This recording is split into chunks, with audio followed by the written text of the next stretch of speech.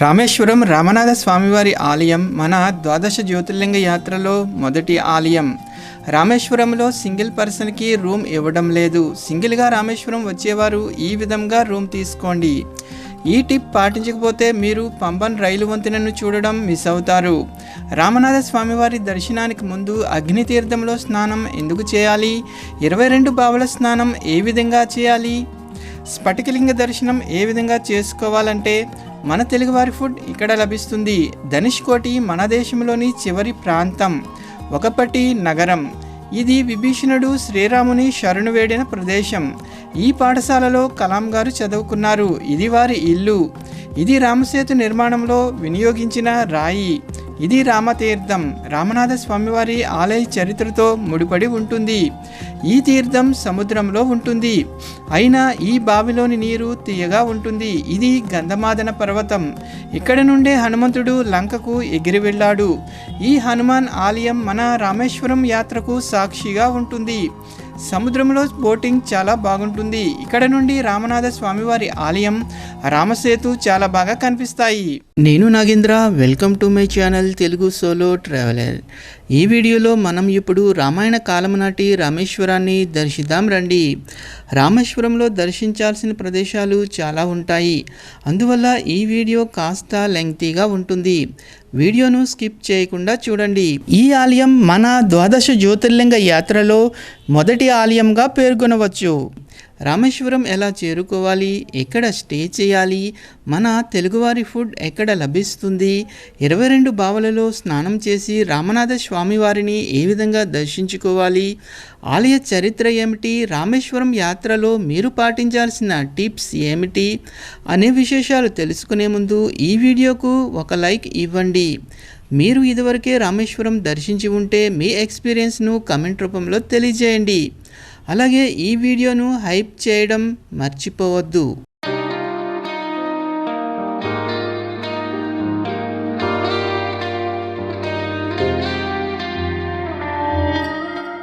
నేను ప్రస్తుతం కోయంబేడు వద్ద ఉన్నాను. నాకు ఈరోజు సాయంత్రం చెన్నై కోయంబేడు నుండి రామేశ్వరానికి డైరెక్ట్ బస్ ఉంది.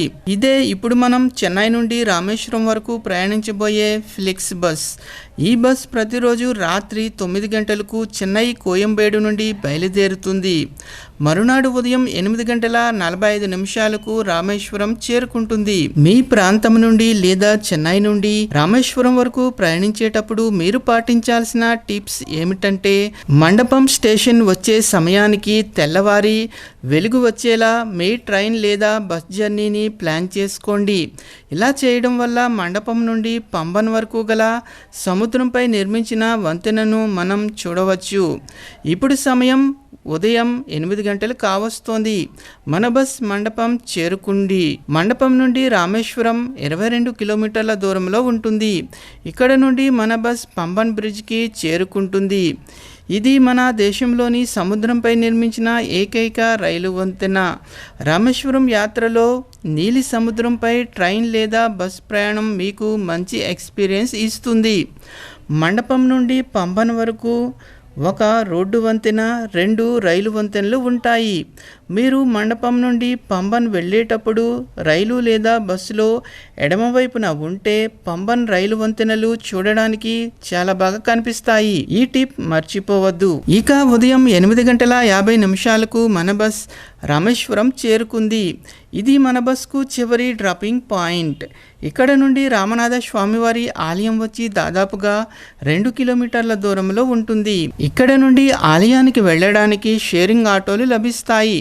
ఆటో వారు ఒకరికి 50 రూపాయలు ఛార్జ్ చేస్తారు. ఇక రైల్వే స్టేషన్ నుండి రామనాథ స్వామివారి ఆలయం వచ్చి దాదాపుగా 3 కిలోమీటర్ల దూరంలో ఉంటుంది. ఈ జంక్షన్ వరకే ఆటోలు అనుమతిస్తారు. ఈ రహదారిలో వెళితే రామనాథ స్వామివారి ఆలయ పశ్చిమ రాజగోపురం వస్తుంది.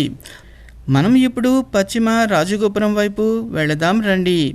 రామేశ్వరం వెళ్ళేవారు గుర్తుంచుకోవలసిన మరొక విషయం ఏమిటంటే, శ్రీశైలం మాదిరిగా రామేశ్వరంలో కూడా మీరు కనుక ఒక్కరే రామేశ్వరం వెళుతుంటే అక్కడ గల లాడ్జులలో మీకు రూమ్స్ ఇవ్వరు. దీనిని బట్టి మీ టూర్ ప్లాన్ చేసుకోండి. ఇది పశ్చిమ రాజగోపురం. ఇక్కడ నుండి మనం ఉత్తర రాజగోపురం వైపు వెళదాం పదండి. మరి సింగిల్గా వెళ్ళేవారు ఎక్కడ ఉండాలో వీడియో మధ్యలో చెబుతాను. వీడియో స్కిప్ చేయకుండా చివరి వరకు చూడండి. ఇది రామనాథ స్వామివారి ఆలయ ఉత్తర రాజగోపురం. ఇక్కడ నుండి ఎడమవైపుకి వెళితే నేను తీసుకున్న రూమ్ వస్తుంది. నేను సింగిల్గా రావడం వల్ల నాకు ఇక్కడ లాడ్జెస్లో రూమ్ ఇవ్వలేదు. ఆఖరుకు ఒక హోమ్ స్టేలో రూమ్ దొరికింది. మీరు కనుక రామేశ్వరం సింగిల్గా వస్తే ప్రైవేట్ లాడ్జీలు కాకుండా హోమ్ స్టేలు లేదా సత్రాలలో రూమ్స్ ట్రై చేయండి. శ్రీశైలం మాదిరిగా రామేశ్వరంలో కూడా సింగిల్ పర్సన్కు రూమ్స్ ఇవ్వడం లేదు. ఈ ఆలయం చుట్టూ 4 ప్రధాన గోపురాలు, ప్రధాన మాడవీధులు ఉంటాయి. ఆలయం చుట్టూ చాలా మఠాలు, హోమ్ స్టేలు కూడా ఉన్నాయి. ఇక్కడ స్టే చేయడం వల్ల సముద్ర తీరం, ఆలయం, 22 బావులు మనకు చాలా దగ్గరగా ఉంటాయి. ఈ మార్గంలో ముందుకు వెళితే ఉత్తర రాజగోపురం వస్తుంది. దీనికి ఎదురుగా ఉన్న సందులో కొంచెం దూరం ముందుకు వెళితే ఇక్కడ ఒక ఆటో స్టాండ్ వస్తుంది. ఈ ఆటో స్టాండ్ నుండి ఎడమవైపుకు వెళితే మన హోమ్ స్టే వస్తుంది. ఇదే మన హోమ్ స్టే. నేను ఇప్పుడు ఫ్రెష్ అప్ అయి రామనాథ స్వామివారి దర్శనానికి వెళుతున్నాను. స్వామివారి ఆలయ దర్శనానికి వెళ్లే ముందు ఆలయానికి సమీపంలో గల అగ్నితీర్థం అనే సముద్ర తీరంలోని ఘాట్లో స్నానం చేసి రామనాథ స్వామివారి దర్శనానికి వెళ్ళడం ఇక్కడ ఒక పద్ధతి. అందువల్ల నేను కూడా ముందుగా అగ్నితీర్థంలో స్నానం చేయడానికి వెళ్తున్నాను. ఇక్కడ నుండి ఉత్తర రాజగోపురం వైపుకు వెళ్ళి అక్కడ నుండి ఎదురుగా వెళితే సముద్ర తీరం వస్తుంది. దీనిని మండి వీధి అని అంటారు.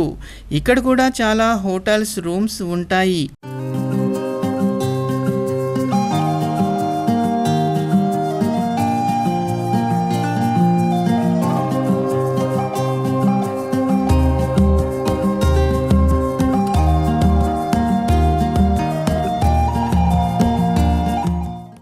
మనకు ఎదురుగా కనిపిస్తున్నది సముద్రం. ఇక్కడ నుండి కుడివైపుకు వెళితే అగ్నితీర్థం వస్తుంది. ఇదే అగ్నితీర్థం. రామేశ్వరం వచ్చిన వారు ముందుగా ఈ అగ్నితీర్థంలో స్నానాలు చేసి తరువాత రామనాథ స్వామివారిని దర్శించుకుంటారు. ఈ అగ్ని తీర్థంలో పితృకర్మలు కూడా ఆచరిస్తారు. ఇది సముద్ర తీరం అయినా కూడా చాలా ప్రశాంతంగా స్వచ్ఛమైన నీటితో ఉంటుంది. ఆలయ స్థల పురాణం ప్రకారం శ్రీరాముడు ఇక్కడ రామనాథ స్వామివారిని ప్రతిష్ఠించే ముందు అగ్నితీర్థంలో స్నానం ఆచరించారట.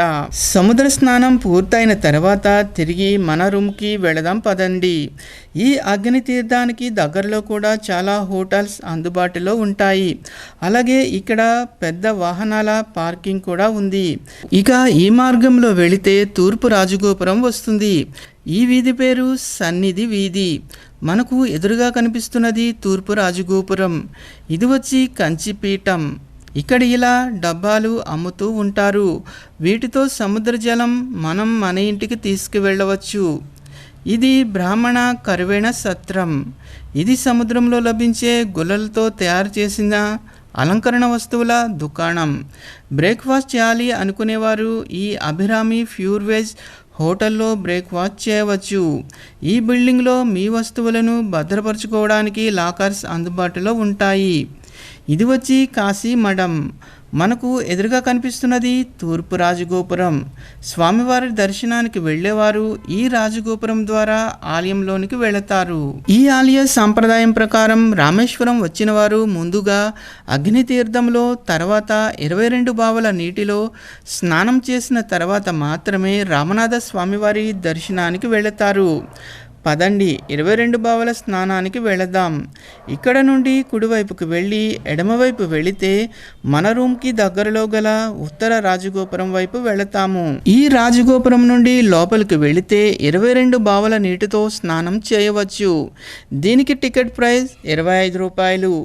మనం 22 బావుల వద్దకు వెళితే అక్కడ వారు చేదలతో నీటిని తోడి మనపై జల్లుతారు. అదే వారికి ఎక్స్ట్రా అమౌంట్ ఇస్తే మనతో ఒక మనిషి వచ్చి వారే 22 బావల నీటిని తోడి మన తలపై పూర్తి బకెట్ పోస్తారు. ఎలా స్నానం చేయాలి అనేది మీ ఇష్టం. ఇక ఈ 22 బావల స్నానం తర్వాత మనం రామనాథ స్వామివారి ఆలయ దర్శనానికి వెళ్ళాలి.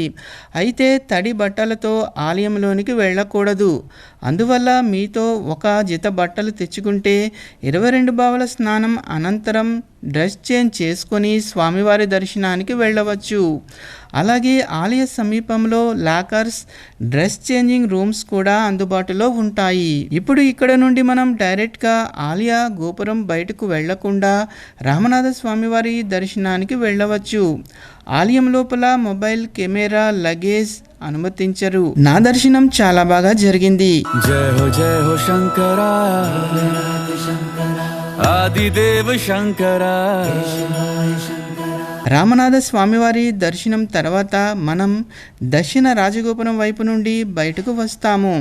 ఇది వచ్చి దక్షిణ రాజగోపురం. ఇక ఈ ఆలయంలో ప్రతిరోజు తెల్లవారుజాము 4 గంటల నుండి కొంత సమయం వరకు స్ఫటికలింగ దర్శనం అందుబాటులో ఉంటుంది. ఈ స్ఫటికలింగ దర్శనానికి ముందు మనం ప్రధాన ఆలయంలోనికి వెళితే స్వామివారికి ముందు ఒక వేదికపై స్ఫటికలింగ దర్శనం ఉంటుంది. దీనికోసం 50 రూపాయల ప్రత్యేక దర్శనం టికెట్ తీసుకోవాలి. ఇక తెల్లవారితే ఈ స్ఫటికలింగ దర్శనం ఉండదు. జయ హో శంకరా, ఆదిదేవ శంకరా. ఈ ఆలయం ప్రతిరోజు ఉదయం 4 గంటల నుండి మధ్యాహ్నం 1 గంట వరకు, తిరిగి సాయంత్రం 3 గంటల నుండి రాత్రి 9 గంటల వరకు ఉంటుంది.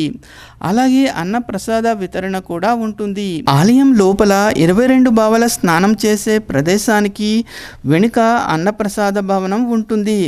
మనం ఇప్పుడు దక్షిణ రాజగోపురం నుండి తిరిగి ఉత్తర రాజగోపురం వైపు వెళదాం పదండి. ఇప్పుడు ఒకసారి ఆలయ స్థల పురాణం ఏమిటో చూద్దాం. రామనాథ స్వామివారి ఆలయం తమిళనాడు రాష్ట్రంలోని రామేశ్వరం ద్వీపంలో ఉన్న ప్రసిద్ధ శైవ క్షేత్రం. ఈ ఆలయం 12 జ్యోతిర్లింగాలలో ఒకటి. ఈ ఆలయం వైష్ణవులకు, శైవులకు కూడా చాలా ప్రత్యేకమైనది. ఆలయ స్థల పురాణం ప్రకారం బ్రాహ్మణుడైన రావణాసురుని సంహరించిన తరువాత శ్రీరాముల వారు 3 శివలింగాలను ప్రతిష్ఠించారు. వాటిలో 2 లంకలో ఉన్నాయి. మూడవది రామనాథ స్వామివారి లింగం. సీతామాత ఇసుకతో శివలింగం చేయగా రాముల వారు ప్రతిష్ఠించారు. ఇదండి రామేశ్వరం రామనాథ స్వామివారి ఆలయ స్థల పురాణం. దక్షిణ రాజగోపురానికి ఎదురుగా లగేజ్, లాకర్స్, చెప్పుల స్టాండ్స్ అందుబాటులో ఉంటాయి. అలాగే దీనికి ప్రక్కన గల హోటల్లో మధ్యాహ్నం 12 గంటల నుండి మన భోజనం అందుబాటులో ఉంటుంది. రాముల వారి చరిత్రతో ముడిపడి ఉన్న ఈ రామేశ్వరంలో సీతారాములు స్వయంగా నడిచిన ప్రదేశాలు చాలా ఉన్నాయి. వాటిని ఒక వరుస క్రమంలో దర్శిస్తూ వాటి స్థల పురాణం ఏమిటో ఇప్పుడు తెలుసుకుందాం. మన రూమ్కు దగ్గరలో గల ఆటో స్టాండ్లో సమీప ఆలయాలు దర్శించడానికి ఆటోలు లభిస్తాయి. నేను ఒకడనే ఉన్నాను కనుక ఆటోలో వెళుతున్నాను. సమీప ఆలయాల దర్శనానికి ఆటోలు, క్యాబ్స్, వ్యాన్లు, 7 సీటర్ ఆటోలు లభిస్తాయి. మీరు ఎంతమంది ఉన్నారు అనే దానిని బట్టి వెహికల్ను సెలెక్ట్ చేసుకోండి. నేను ఈ ఆటోలో రామేశ్వరానికి సమీపంలో గల ఆలయాలు, శ్రీరాముని చరిత్రకు సాక్ష్యంగా ఉండే ప్రదేశాల దర్శనానికి వెళుతున్నాను. ఈ లిస్ట్లోని ప్రదేశాలను ఒక వరుస క్రమంలో దర్శించుకుందాం రండి. ముందుగా మనం దర్శించుకోయే ప్రదేశం ధనుష్కోటి వ్యూ పాయింట్. రామనాథ స్వామివారి ఆలయం నుండి ధనుష్కోటి వ్యూ పాయింట్ వచ్చి దాదాపుగా 23 కిలోమీటర్ల దూరంలో ఉంటుంది. ఈ మార్గంలో మనం దర్శించబోయే ప్రదేశాలు ఇంకా ఉన్నాయి. అయితే మనం ముందుగా ధనుష్కోటి వెళదాం రండి. తిరిగి వెనుకకు వచ్చేటప్పుడు మిగిలిన ప్రదేశాలను దర్శించుకుందాం. ఈ రహదారిలో వైట్ శాండ్ బీచ్తో ఇరువైపులా 2 సముద్రాలతో ఉంటుంది. అవి బంగాళాఖాతం మరియు హిందూ మహాసముద్రం. దూరంగా కనిపిస్తున్న ఆలయాన్ని మనం ధనుష్కోడి నుండి తిరిగి వచ్చే సమయంలో దర్శించుకుందాం. ఇప్పుడు వచ్చేది ధనుష్కోడి విలేజ్. ధనుష్కోడి అనే పదానికి విల్లు కొన అనే అర్థం ఉంది. ఇది రామేశ్వరానికి సమీపంలో ఉన్న ఒకప్పటి పాడుబడిన పట్టణం. రామాయణంలో దీనికి ఉన్న ప్రాముఖ్యత కారణంగా ఇది ఒక ముఖ్యమైన పుణ్యక్షేత్రం. ఈ ప్రదేశంలో రాముడు హనుమంతుడిని లంకకు వారధి నిర్మించమని ఆదేశించారని స్థల పురాణం. అలాగే 1964కు ముందు వరకు ఇది గొప్ప నౌకాతీర పట్టణం. 1964లో వచ్చిన తుఫాను కారణంగా ఈ పట్టణం పూర్తిగా కొట్టుకుపోయింది. మండపం నుండి రామేశ్వరం మీదుగా ధనుష్కోడి వరకు రైల్వే లైన్ ఉండేది. ఇదే అప్పటి రైల్వే స్టేషన్. అప్పటి ధనుష్కోడి ఆనమాళ్లను ఈ శిథిల భవనాలలో మనం ఇప్పుడు కొంతవరకు చూడగలుగుతున్నాము. ఈ భవనం రైల్వే స్టేషన్. తుఫాన్ కారణంగా రైల్వే లైన్ పూర్తిగా ధ్వంసమైంది. ఇక దీనికి ఎదురుగా అమ్మవారి ఆలయం, శివాలయం ఉన్నాయి. దర్శించుకోండి.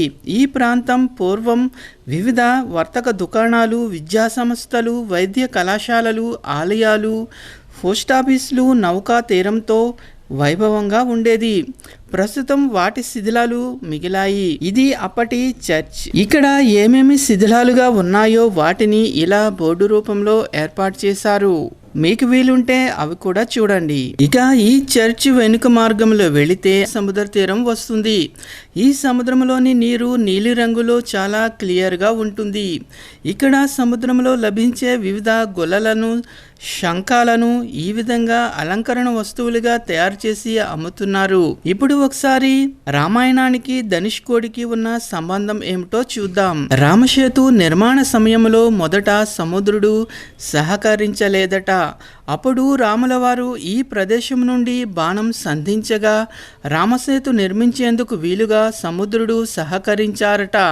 అందుకే ఈ ప్రదేశానికి ధనుష్కోడి అనే పేరు వచ్చింది. రావణాసురునితో జరిగిన యుద్ధంలో విజయం సాధించిన తరువాత సీతాదేవితో కలిసి రాముల వారు మొదటగా భారతదేశంలో అడుగుపెట్టిన ప్రదేశం కూడా ఇదే. పదండి, ధనుష్కోడి నుండి మనం మరొక ప్రదేశానికి వెళదాం.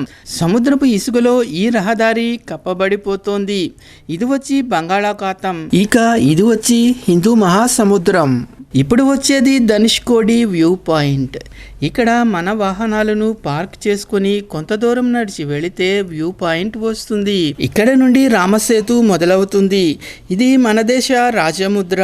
ఇక్కడ వరకు వచ్చిన వాహనాలు తిరిగి వెనుకకు వెళ్ళాలి, ఎందుకంటే ఇది మన దేశం చివరి ప్రదేశం.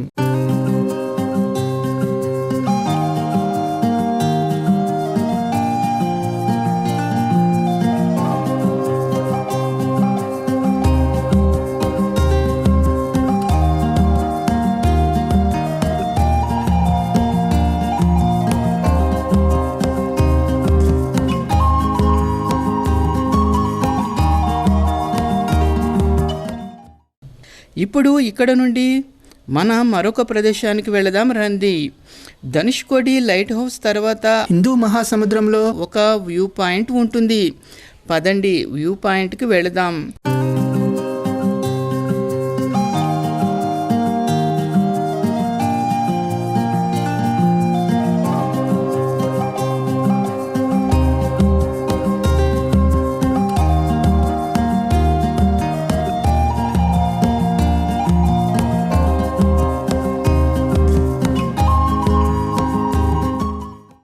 ఇక్కడ సీ ఫుడ్, సముద్రంలో దొరికే గుల్లలతో తయారు చేసిన అలంకరణ వస్తువులు అమ్ముతున్నారు. పదండి, మన తర్వాతి ప్రదేశానికి వెళదాం.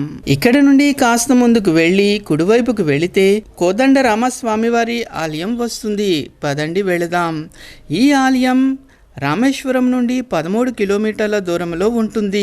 భారతీయుల ఆరాధ్య దైవం శ్రీరామునికి ఈ ఆలయం అంకితం చేయబడింది. ఇదే ధనుష్కోడి రామాలయం. ఈ ఆలయం 500 నుండి 1000 సంవత్సరాల క్రితం నిర్మించినట్లుగా చెబుతారు. ఆటో స్టాండ్ నుండి ఈ షెడ్ ఉన్న మార్గంలో ముందుకు వెళితే రామాలయం వస్తుంది. పదండి వెళదాం. ఈ ఆలయం రామేశ్వరం ధనుష్కోడి ప్రధాన రహదారి నుండి కాస్త లోపలికి ఉంటుంది. ధనుష్కోడి వ్యూ పాయింట్ నుండి కోదండ రామస్వామివారి ఆలయం వచ్చి దాదాపుగా 15 కిలోమీటర్ల దూరంలో ఉంటుంది. రావణుడి తమ్ముడు విభీషణుడు రాముని, ఆయన వానర సైన్యాన్ని ఆశ్రయం కోరిన ప్రదేశంగా ఈ ఆలయ ప్రదేశాన్ని నమ్ముతారు. అలాగే రావణ సంహారం తర్వాత రాముడు ఈ ప్రదేశంలో విభీషణుని రామచంద్రునికి పట్టాభిషేకం చేశారని ఈ ఆలయ స్థల పురాణం. ఆలయంలో నాదర్శనం చాలా బాగా జరిగింది. ఆలయం లోపల స్వామివారి ఫోటోలు వీడియోలు తీయకూడదు. ఇక ఆలయం బయటకు వచ్చి ఆలయానికి ఎదురుగా ఉన్న ఈ మార్గంలో వెళితే ఇక్కడ మరొక దర్శించాల్సిన ప్రదేశం వస్తుంది. ఇసుకపై నడవడానికి వీలుగా ఇలా ఏర్పాటు చేశారు. పదండి వెళదాం. ఇక్కడ ఒక శివలింగం, నంది, రామసేతు నిర్మాణంలో వినియోగించిన ఒక రాయి ఉంటుంది. దీనిని ఫ్లోటింగ్ స్టోన్ అని అంటారు. అంటే తేలియాడే రాయి అని అర్థం. ఇక్కడ ఒక పెద్ద నీటి తొట్టెలో రామసేతు నిర్మాణంలో వినియోగించిన పెద్ద రాయి నీటిపై తేలుతూ ఉంటుంది. ఇది రామసేతు శిల. ఈ శిలను దర్శించుకున్న తర్వాత తిరిగి మన ఆటో వద్దకు వెళదాం పదండి. ఈ ప్రదేశం సముద్రంలో ఉంటుంది. కోదండ రామస్వామి వారి ఆలయం నుండి ధనుష్కోడి రామేశ్వరం ప్రధాన రహదారిలోకి వెళదాం పదండి. ధనుష్కోడి సందర్శన సమయాలు వచ్చి ఉదయం 10 గంటల నుండి సాయంత్రం 5 గంటల వరకు ఈ రహదారి తెరిచి ఉంటుంది. ఈ మార్గంలో కుడివైపు రహదారిలో వెళితే రామేశ్వరం వస్తుంది. ఇది ధనుష్కోడి చెక్ పోస్ట్. ఇప్పుడు మనం మన తర్వాతి ప్రదేశానికి వెళదాం పదండి. మనం ఇప్పుడు దర్శించుకోబోయే మరొక ప్రదేశం అబ్దుల్ కలాం గారి ఇల్లు, వారు చదువుకున్న పాఠశాల. ఈ ప్రదేశం కోదండ రామస్వామివారి ఆలయం నుండి దాదాపుగా 10 కిలోమీటర్ల దూరంలో రామేశ్వరం రైల్వే స్టేషన్కి వెళ్ళే ప్రధాన రహదారిని దాటిన తర్వాత వస్తుంది. ఇదే కలాం గారు చదువుకున్న పాఠశాల. దీనికి ఎదురుగా గల మార్గంలో ముందుకు వెళితే కలాం గారి ఇల్లు వస్తుంది. ఇదే డాక్టర్ ఏపీజే అబ్దుల్ కలాం గారి ఇల్లు. వారి ఇంటి లోపల ఫోటోలు వీడియోలు తీయకూడదు. కలాం గారి ఇల్లు దర్శించుకున్న తర్వాత మనం ఇప్పుడు దర్శించబోయే మరొక ఆలయం రామ్కుండ్. శ్రీ కోదండ రామస్వామి వారి ఆలయం నుండి రామ్కుండ్ వచ్చి దాదాపుగా 10 కిలోమీటర్ల దూరంలో ఉంటుంది. దీనిని రామతీర్థం అని కూడా అంటారు. కలాం గారి ఇంటి నుండి రామ్కుండ్ వచ్చి దాదాపుగా 950 మీటర్ల దూరంలో ఉంటుంది. ఇది రామతీర్థం ఆటో పార్కింగ్ పాయింట్. ఇక్కడ నుండి ఎడమవైపుకి వెళితే రామతీర్థం వస్తుంది. ఇదే రామతీర్థం. రామేశ్వరంలోని ముఖ్యమైన తీర్థాలలో ఇది కూడా ఒకటి. ఈ ఆలయ స్థల పురాణం రామేశ్వరంలోని రామనాథ స్వామివారి ఆలయ స్థల పురాణంతో ముడిపడి ఉంటుంది. శ్రీరాముడు రావణాసురునిపై విజయం సాధించిన తర్వాత ఇక్కడ శివుని పూజించారని చెబుతారు. అందువల్ల ఇక్కడి కోనేరులోని నీరు అత్యంత పరమ పవిత్రమైనదిగా పూజిస్తారు. ఈ కోనేరులోని నీటిలో స్నానం చేయడం లేదా కోనేరు నీటిని తలపై జల్లుకుని స్వామివారిని దర్శించుకుంటారు. ఈ రావి చెట్టు క్రింద కొన్ని నాగశిలలు ఉన్నాయి, దర్శించుకోండి. ఇక్కడ నుండి ఎదురుగా వెళితే స్వామివారి ఆలయం వస్తుంది. ఇదే రామతీర్థం ప్రధాన రామాలయం. స్వామివారికి వానరులతో పాటు రామసేతు నిర్మాణంలో సేవలు చేసినట్లు ఈ రామాలయంలో ఒక విడత తిరుగుతూ ఉంటుంది. ఇదే ప్రధాన ఆలయం. ఆలయం లోపల ఫోటోలు వీడియోలు తీయకూడదు. రామతీర్థంలో నాదర్శనం చాలా బాగా జరిగింది. ఈ ఆలయంలో కుడివైపున గల చెట్టు క్రింద నాగశిలలు చాలా ఉంటాయి, వాటిని దర్శించుకోండి. రామతీర్థం దర్శించుకున్న తర్వాత మనం దర్శించబోయే మరో ప్రదేశం హనుమాన్ ఆలయం. పదండి, రామతీర్థం నుండి హనుమాన్ ఆలయానికి వెళదాం. రామతీర్థం నుండి హనుమాన్ ఆలయం వచ్చి దాదాపుగా 230 మీటర్ల దూరంలో ఉంటుంది. ఇక్కడ 5 ముఖాలతో ఉన్న పంచముఖ ఆంజనేయ స్వామివారి సన్నిధి ఉంటుంది. అలాగే తేలియాడే రాళ్ళు కూడా ఉంటాయి. వీటిని రామాయణ కాలంలో రామసేతు నిర్మాణానికి వినియోగించినట్లు ఈ ఆలయ స్థల పురాణం. రామేశ్వరం వచ్చిన భక్తులు ఈ ఆలయాన్ని కూడా తప్పక దర్శించుకుంటారు. హనుమాన్ ఆలయం దర్శించుకున్న తర్వాత మనం దర్శించబోయే మరొక ఆలయం నటరాజ ఆలయం. ఈ ఆలయం పంచముఖ ఆంజనేయ స్వామివారి ఆలయానికి సమీపంలో ఉంటుంది. ఇదే నటరాజ ఆలయం. మీరు దర్శించుకోండి. నటరాజ ఆలయం దర్శనం తర్వాత మనం దర్శించబోయే మరొక ఆలయం లక్ష్మణ తీర్థం. ఈ ఆలయం నటరాజ స్వామివారి ఆలయం నుండి దాదాపుగా 140 మీటర్ల దూరంలో ఉంటుంది. పదండి లక్ష్మణ తీర్థానికి వెళదాం. ఇదే లక్ష్మణ తీర్థం. ఇక్కడ కూడా పెద్ద పుష్కరిణి ఉంటుంది. దీనిని ఆనుకొని ఒక ఆలయం ఉంటుంది. ఈ ఆలయం లోపల మండపాలు రామనాథ స్వామివారి ఆలయ మండపాలను పోలి ఉంటుంది. ఇది శివాలయం. స్వామివారి దర్శనం చాలా బాగా జరిగింది. ఈ ఆలయం లోపల ఫోటోలు వీడియోలు తీయకూడదు. లక్ష్మణ్ తీర్థం తర్వాత మనం దర్శించబోయే మరొక ప్రదేశం doctor APJ Abdul Kalam memorial. Lakshman Theertham నుండి కలాం గారి మెమోరియల్ వచ్చి దాదాపుగా 4 కిలోమీటర్ల దూరంలో ఉంటుంది. ఇక్కడ కలాం గారి జీవితానికి సంబంధించిన చాలా విశేషాలు ఉంటాయి. ఇవి దర్శించుకోకుండా మన రామేశ్వరం యాత్ర పూర్తి కాదు. ఇప్పుడు వచ్చేది డాక్టర్ ఏపీజే అబ్దుల్ కలాం గారి మెమోరియల్. దీనికి లోపల ఫోటోలు వీడియోలు తీయకూడదు. ఈ మెమోరియల్ చాలా ప్రశాంతంగా ఉంటుంది. మన మొబైల్స్ను మెమోరియల్ లోపలికి అనుమతించరు. అందువల్ల మెమోరియల్ ఎదురుగా గల ఈ షాప్స్లో మన మొబైల్స్ను లాకర్స్లో భద్రపరచుకోవచ్చు. కలాం గారి మెమోరియల్ దర్శనం తర్వాత మనం దర్శించబోయే మరో ప్రదేశం విల్లంది తీర్థం. ఇది కలాం గారి మెమోరియల్ నుండి దాదాపుగా 2 కిలోమీటర్ల దూరంలో ఉంటుంది. పదండి విల్లుంది తీర్థానికి వెళదాం. ఇది రామేశ్వరంలోని 64 తీర్థాలలో ఒకటి. ఇప్పుడు వచ్చేది విల్లుంది తీర్థం. ఆటో పార్కింగ్ ఏరియా నుండి కాస్త ముందుకు వెళితే విల్లుండి తీర్థం ఎంట్రన్స్ వస్తుంది. ఈ తీర్థం సముద్రం నుండి కాస్త లోపలికి ఉంటుంది.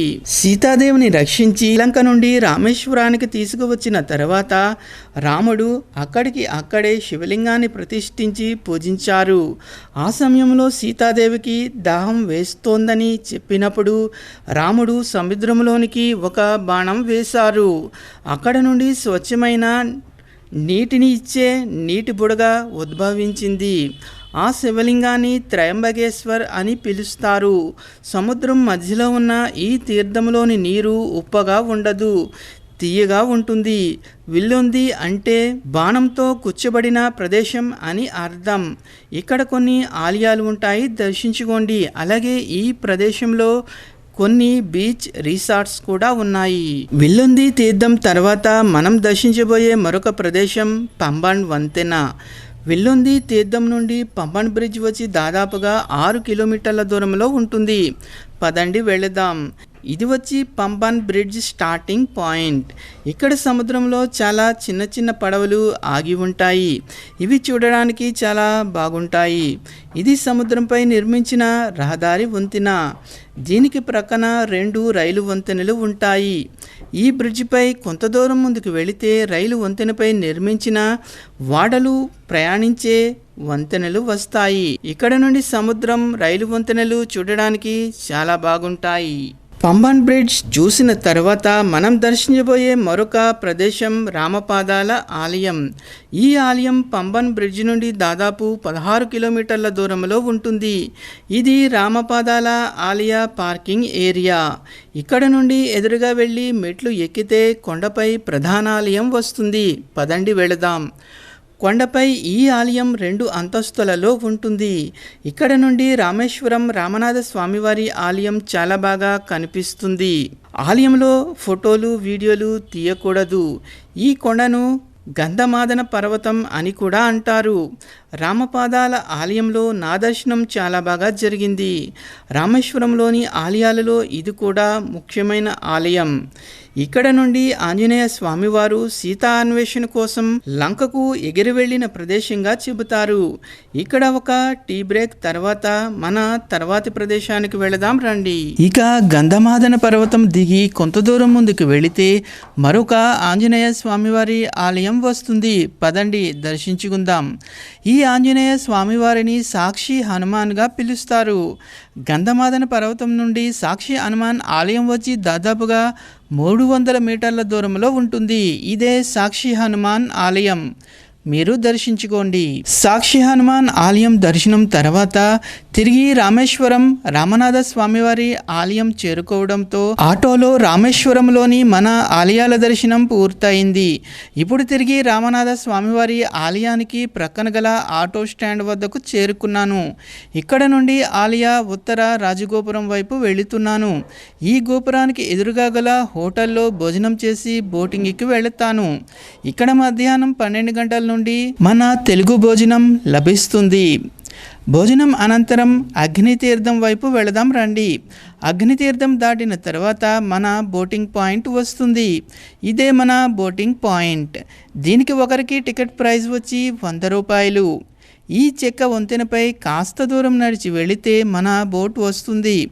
బోట్ ఎక్కగానే మనకు ఒక లైఫ్ జాకెట్ కూడా ఇస్తారు. ఇక్కడ నుండి రామేశ్వరం రామనాథ స్వామివారి ఆలయ గోపురాలు చాలా బాగా కనిపిస్తాయి. ఈ సముద్రంలో మనకు కనిపించేవన్నీ చేపలు పట్టేవారి బోట్లు. ఇక్కడ నుండి శ్రీలంక వచ్చి దాదాపుగా 25 కిలోమీటర్ల దూరంలో ఉంటుంది. రామేశ్వరంలో మన బోట్ ప్రయాణం ఎలా అనిపించిందో కమెంట్ చేయండి. మన తెలుగు రాష్ట్రాల నుండి రామేశ్వరం ఎలా చేరుకోవాలో తెలుసుకుందాం. సికింద్రాబాద్, విశాఖపట్నం, విజయవాడల నుండి రామేశ్వరానికి పరిమిత సంఖ్యలో డైరెక్ట్ ట్రైన్స్ అందుబాటులో ఉంటాయి. ఆ ట్రైన్స్ వివరాలు డిస్క్రిప్షన్లో ఇస్తాను, చూడండి. మీకు కనుక డైరెక్ట్ ట్రైన్ దొరకకపోతే మీ ప్రాంతం నుండి చెన్నై వరకు ట్రైన్ లేదా బస్సులో చేరుకోండి. చెన్నై నుండి రామేశ్వరానికి వీక్లీ డైలీ ట్రైన్స్ అందుబాటులో ఉంటాయి. వాటి వివరాలను డిస్క్రిప్షన్లో ఇస్తాను, చూడండి. అదేవిధంగా చెన్నై నుండి రామేశ్వరం వరకు తమిళనాడు ఆర్టీసీ బస్సులు మరియు ప్రైవేట్ స్లీపర్ బస్సులు అందుబాటులో ఉంటాయి. బస్సుల వివరాల కోసం మేక్ మై ట్రిప్ లేదా రెడ్ బస్ మరియు తమిళనాడు ఆర్టీసీ అధికారిక వెబ్సైట్లో ఒకసారి చెక్ చేయండి. రామేశ్వరంలోని రామనాథ స్వామివారి దర్శనం తర్వాత ఆటోలో రామేశ్వరంలోని మిగిలిన ప్రదేశాలు అన్నిటినీ దర్శించుకొని చివరిగా సముద్రంలో బోటింగ్ చేయడంతో మన రామేశ్వరం యాత్ర పూర్తయింది. రామేశ్వరం రామనాథ స్వామివారి ఆలయం దర్శించుకోవడంతో మన 12 జ్యోతిర్లింగ యాత్రలో మొదటి ఆలయం పూర్తయింది. మరొక వీడియోతో మళ్ళీ కలుద్దాం. నమస్తే.